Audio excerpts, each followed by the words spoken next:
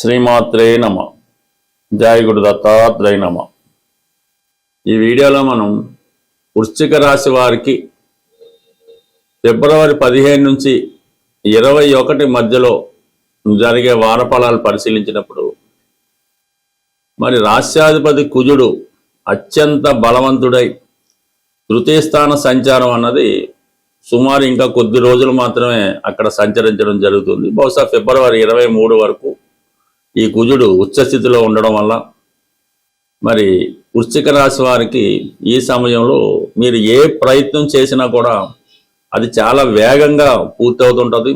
దానికి పూర్తి సహాయ సహకారాలు కూడా రావడం జరుగుతుంటుంది. ప్రధానంగా ఈ తృతీయ స్థానం అందున్నటువంటి కుజుడు మీరు క్రీడారంగంలో ఉన్న, లేదంటే వైద్య వృత్తిలో ఉన్న, పోలీస్ డిపార్ట్మెంట్లో ఉన్నా, లేదంటే ఏదైనా ఒక డిపార్ట్మెంట్లో ఉద్యోగం కొరకు ప్రయత్నం చేస్తున్నా ఈ సమయంలో అది మీకు చాలా బాగా ఉపయోగపడుతుంది.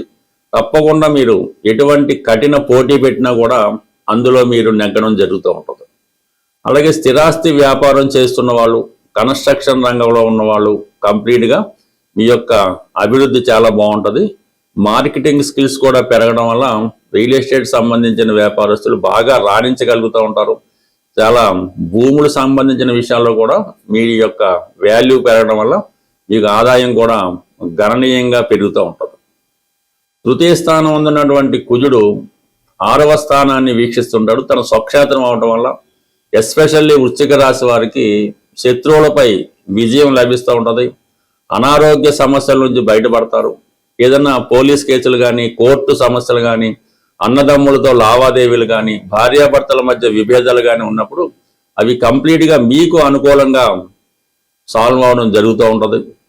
అలాగే 9వ స్థానాన్ని వీక్షించడం వల్ల సడన్గా మీరు ఏదైనా పుణ్యక్షేత్రాన్ని దర్శించడం కానీ, దూర ప్రాంత ప్రయాణం చేయడం కానీ జరుగుతూ ఉంటుంది. అలాగే ఏదైనా స్థిరాస్తి కొనాలని, అంటే దూర ప్రాంతంలో స్థిరాస్తి కొనాలనే మీ ఆలోచన నెరవేరుతూ ఉంటుంది. అలాగే ఈ వ్యాపారం చేస్తున్న వాళ్ళు, స్థిరాస్తి వ్యాపారం చేస్తున్న వాళ్ళు మీరున్న ప్రాంతంలో కాకుండా ఇతర ప్రాంతంలో జరిగినటువంటి లావాదేవీలు కూడా కంప్లీట్గా సక్సెస్ అవుతాయి. ఇక ప్రధానంగా మరి దశమ స్థానాన్ని, తృతీయ స్థానంలో ఉన్నటువంటి కుజుడు అష్టమ దృష్టితో దశమ స్థానాన్ని వీక్షించడం వల్ల వృత్తిలో మీరు మారాలనుకుంటే 100% ఈ సమయంలో మారవచ్చు. వృత్తిపరంగా మీకు ఎదురైనటువంటి సమస్యలు, మీకు ఎవరు పోటీ వచ్చినా, వృత్తిపరంగా ఎవరు ఇబ్బంది వచ్చినా వాళ్ళకి నష్టం కలిగి మీకు విజయం కలిగే అవకాశం ఉంది. వృత్తిపరమైనటువంటి అభివృద్ధి, కొన్ని మార్పులు కూడా ఈ వారంలో మీరు రావడం జరుగుతుంటుంది. బట్ ఏదైనా మీరు ఏ ప్రయత్నమైనా తొందరగా ఈ వారం లోపలనే పూర్తి చేసుకుంటేనే మంచిది. తర్వాత మళ్ళా కుజుడు అంత బలంగా ఉండకపోవడం వల్ల ఈ పనులన్నీ కూడా తర్వాత వాయిదా పడడం కానీ, పెద్దగా జరగకపోవడం కానీ కావచ్చు. అందువల్ల ముందుగా మీరు ఈ కాంపిటీషన్లో నెగ్గే ప్రయత్నం చేయండి. ఇక ఫర్దర్గా మరి దశమాధిపతి రవితో పాటు కుంభరాశిలోకి 4 గ్రహాలు సంచరించడం జరుగుతూ ఉంటుంది. చతుర్థ స్థానం అన్నది జాతకుడి యొక్క మనశ్శాంతి మీద ఆధారపడి ఉంటుంది. అతని యొక్క ఆలోచన విధానం, అతని నడవడిక, అతని యొక్క క్యారెక్టరు చెప్తూ ఉంటుంది. మరి చతుర్థ స్థానంలో ఈ శుక్ర, రాహులు, అలాగే రవి కూడా అక్కడ వెళ్ళడం వల్ల గృహంలో ఉన్నటువంటి సభ్యుల మధ్య కొన్ని ఇబ్బందులు తలెత్తుతూ ఉంటాయి. గృహంలో ఎవరో ఒకరికి అనారోగ్య సమస్య కారణం కానీ, వారి యొక్క ప్రవర్తన కుటుంబ సభ్యులకి నచ్చకపోవడం కానీ జరిగే అవకాశం ఉంది. అసలు ఈ విషయం ఏంటంటే మీ కుటుంబంలో కుటుంబ సభ్యుల మధ్య అసలు ఏం జరుగుతుందో అర్థం కాకుండా చాలా ఆందోళన పడుతూ ఉంటారు. ఎవరో ఒకరు ఇతరులతో కలిసి కుటుంబ ప్రతిష్టని, పరువుని దెబ్బతీసే ప్రయత్నం కూడా జరుగుతూ ఉంటుంది.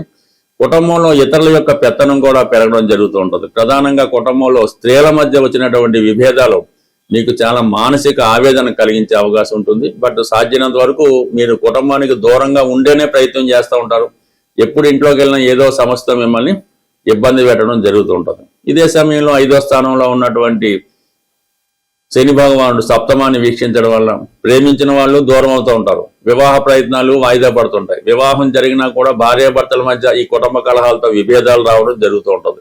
బట్ ఏదైనా జాతకుడికి వ్యక్తిగతంగా అతని పర్సనల్ విషయాలు అనుకూలంగా ఉన్నాయి తప్ప ఈ వివాహ సమస్యలు, దాంపత్య సమస్యలు, ఆర్థిక సమస్యలు జాతకుడికి చాలా ఇబ్బంది పెడుతుంటాయి. అందువల్ల ఈ విషయంలో కొంత దృష్టి పెట్టి వ్యక్తిగతంగా తన యొక్క ఆదాయాన్ని, తన యొక్క క్వాలిఫికేషన్ని, తన యొక్క సామర్థ్యాన్ని పెంచుకునే ప్రయత్నం చేస్తే మిగతా విషయాలన్నీ కూడా వాటికాడివే సర్దుబాటు అయ్యే అవకాశం ఉంటుంది. ప్రతి ఒక్కరి జీవితాన్ని అంటే గ్రహాల యొక్క సమస్యల నుంచి బయటపడాలంటే కేవలం ఆ పరమేశ్వరుని యొక్క చేతిలో మాత్రమే ఉండడం జరుగుతూ ఉంటుంది.